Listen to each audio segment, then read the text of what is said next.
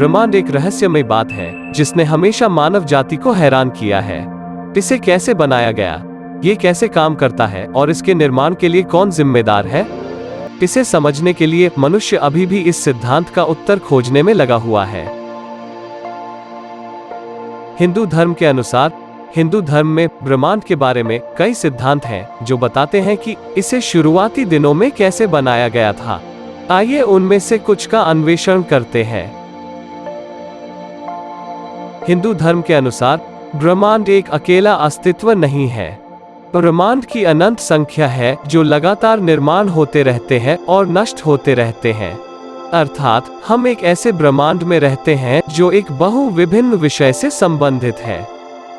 एक ब्रह्मांड अंत में नष्ट हो जाएगा लेकिन विभिन्न अस्तित्व से जीवित रहता है। हिंदू धर्म के अनुसार भगवान विष्णु इस विभिन्न अस्तित्व के अवतार हैं। ब्रह्मांड के निर्माण से पहले भगवान विष्णु सभी कारणों से ब्रह्मांडीय महासागर में सो रहे थे। उनका बिस्तर एक विशाल सांप है जिसमें हजारों नाग जैसे हुड हैं। ब्रह्मांड को भूमिकाओं की एक त्रय यानी कि निर्माता, पालनकर्ता और संहारक रूप में बनाया गया था। भगवान विष्णु पालनकर्ता है, भगवान ब्रह्मा निर्माता है और भगवान शिव संहारक हैं। भगवान विष्णु के कार्यों के माध्यम से ब्रह्मांड का निर्माण किया गया था, जो सो गए थे, और उनकी नाभि से कमल के फूल खिल गया था। कमल का तना ब्रह्मांड के निर्माण का प्रतिनिधित्व करता है, जबकि ब्रह्मा फूल के केंद्र में पाए जाते हैं और निर्माता का प्रतिनिधित्व करते हैं। एक ब्रह्मांड को बनाने में और अगले को समाप्त होने में लगने वाला समय भी भगवान विष्णु की एक सांस की अवधि है। जब वो सांस छोड़ते हैं तो हजारों ब्रह्मांड अस्तित्व में आते हैं। एक ब्रह्मांड को बनाने में और अगले को समाप्त होने में लगने वाला समय भी भगवान विष्णु की एक सांस की अवधि है। जब वो सांस छोड़ते हैं तो हजारों ब्रह्मांड अस्तित्व में आते हैं और हर एक प्रत्येक नया ब्रह्मांड में ब्रह्मा का जन्म होता है। लेकिन जब भगवान विष्णु श्वास लेते हैं तो सभी ब्रह्मांड चूस जाते हैं और ब्रह्मा की मृत्यु हो जाती है। भगवान ब्रह्मा ब्रह्मांड का प्रतिनिधित्व करते हैं। वो सभी जीव राशि को बनाता है और उस भौतिक दुनिया के लिए जिम्मेदार है जिसमें हम रहते हैं। भगवान विष्णु शाश्वत विविधता के अवतार हैं। वो सभी ब्रह्मांडों में जीवन की निरंतरता के लिए जिम्मेदार है। ब्रह्मा हमारे तात्कालिक भौतिक ब्रह्मांड का प्रतिनिधित्व करते हैं, जबकि विष्णु शाश्वत विभिन्न अस्तित्व का प्रतिनिधित्व है, जो बिना किसी शुरुआत या अंत के हमेशा के लिए मौजूद है। ब्रह्मा द्वारा प्रस्तुत वर्तमान ब्रह्मांड स्थिर नहीं है। वास्तव में ये काफी तात्कालिक है। ब्रह्मा केवल 100 वर्ष तक जीवित रहते हैं और फिर वो मर जाता है और एक नए ब्रह्मांड का जन्म होगा। अब बात करते हैं समय को मापने की। ब्रह्मा 100 वर्षों तक जीवित रहते हैं और ब्रह्मा के प्रत्येक वर्ष में 360 दिन होते हैं। हम इस समय उसके राज्य के 51वें वर्ष के पहले दिन में हैं। दिन में दिन और रात होते हैं। ब्रह्मा जीवन बनाते हैं और रात के दौरान उसके द्वारा बनाया गया सारा जीवन वापस उसी में समा जाता है।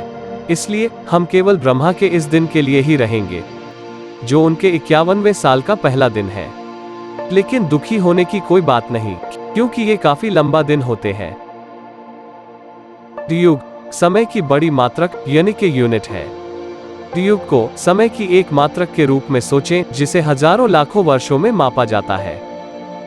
विष्णु पुराण और प्राचीन हिंदू ग्रंथों में इन युग मापों के बारे में विवरण है। एक महायुग 4 उपयुगों से बना होता है, जो 4:3, 3:2 और 2:1 के अनुपात में बांटे होते हैं। एक महायुग में कलियुग सबसे छोटा युग होता है, जो 432,000 सौर वर्षों तक रहता है। इसके बाद द्वापर युग आता है, जो 864,000 वर्ष से दुगना होता है। फिर 12,96,000 वर्ष का त्रेता युग और अंत में 17,28,000 वर्ष का सतयुग होता है। तो कुल मिलाकर पृथ्वी पर एक महायुग 4.32 मिलियन वर्षों तक चलता है। मनवंतर। प्राचीन भारतीय ग्रंथों में एक महायुग के बाद समय की अगली प्रमुख यूनिट को मनवंतर कहा जाता है। मनवंतर के प्रारंभ में जीवन के नए रूपों का निर्माण होता है और अंत में वे जीवन रूप नष्ट हो जाते हैं। प्राचीन भारतीय ग्रंथों में जीवन का चक्र इसी प्रकार चलता है। कहा जाता है कि एक मनवंतर 71 महायुग का होता है, यानी कि 71 को 4.32 मिलियन वर्ष से मल्टीपल किया जाता है। ये कुल मिलाकर लगभग 306.72 मिलियन वर्ष होते हैं। इन प्राचीन ग्रंथों के अनुसार पृथ्वी पर सारा जीवन अंततः 306.72 मिलियन वर्षों के विकास के बाद नष्ट होगा। दिलचस्प बात यह है कि लगभग 252 मिलियन वर्ष पहले पृथ्वी ने सबसे बड़ी सामूहिक एक्सटिंक्शन होने की घटना का अनुभव किया, जहां पृथ्वी पर अधिकांश प्रजातियों नष्ट हो गया था, जिसमें लगभग 90% से 96% सभी कीड़े शामिल थे। ये पृथ्वी पर कीड़ों का एकमात्र सामूहिक एक्सटिंक्शन काल भी था। लाइफ फॉर्म्स के बड़े पैमाने पर एक्सटिंक्शन होने के बाद रिकवरी की अवधि होती है, जिसे संधिकाल कहा जाता है। आधुनिक विज्ञान के लेटेस्ट अनुमानों के अनुसार संधिकाल एक सत्य युग या 1.728 मिलियन वर्ष तक रहता है। पर्मियन ट्रायासिक एक्सटिंक्शन होने की घटना के बाद ऐसा माना जाता है कि पृथ्वी पर जीवन को ठीक होने में लगभग 10 मिलियन वर्ष लगे।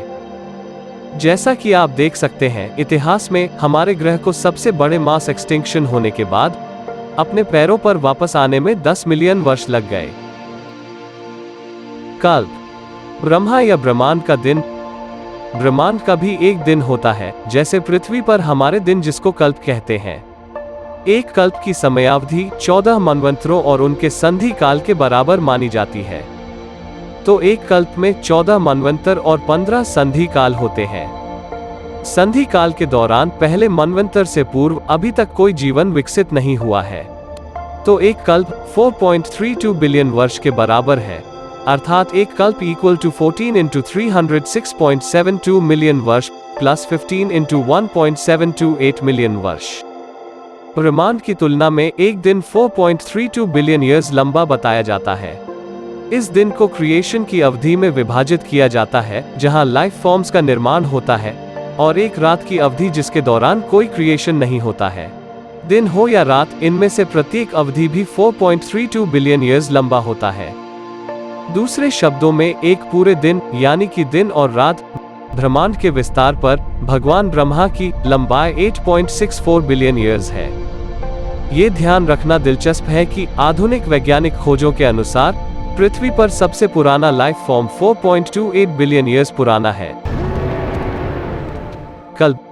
तो एक कल्प 4.32 बिलियन वर्ष के बराबर है।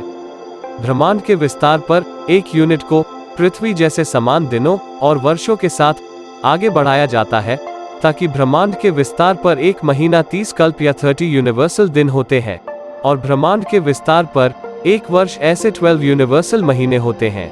ये लाइफ फॉर्म्स को उनके द्वारा अर्जित कर्म के अनुसार उठने और गिरने में सक्षम बनाता है। ब्रह्मांड के विस्तार पर 100 वर्षों को ब्रह्मांड के जीवन काल के रूप में परिभाषित किया गया है। इसे महाकल्प कहते हैं। ब्रह्मांड के 100 ईयर्स यानी कि एक महाकल्प 100 वर्ष इंटू 30 इंटू 4.32 बिलियन वर्ष इंटू 12 यूनिवर्सल महीनों के बराबर है। कहा जाता है कि एक ब्रह्मांड अपनी 100 वर्ष की आयु के अंत में समाप्त हो जाता है।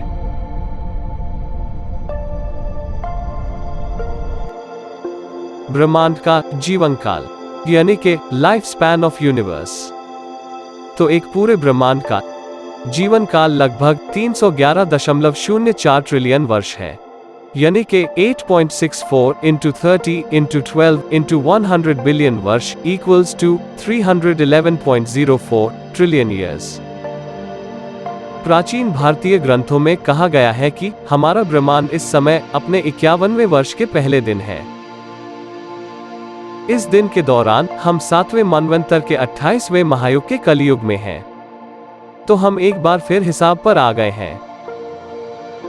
ब्रह्मांड की आयु यानी कि एज ऑफ द यूनिवर्स प्राचीन भारतीय ग्रंथों के अनुसार ब्रह्मांड का वर्तमान 50 यूनिवर्सल ईयर्स प्लस 6 मनवंतर प्लस 7 संधिकाल प्लस 28 महायुग है।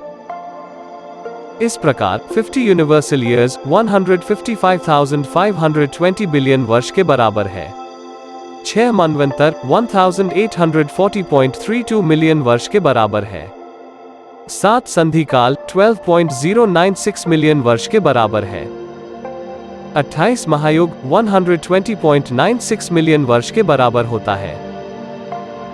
ब्रह्मांड की वर्तमान आयु यानी कि current age of the universe, तो प्राचीन हिंदू ग्रंथों के अनुसार ब्रह्मांड की वर्तमान आयु 157.49 ट्रिलियन वर्ष है।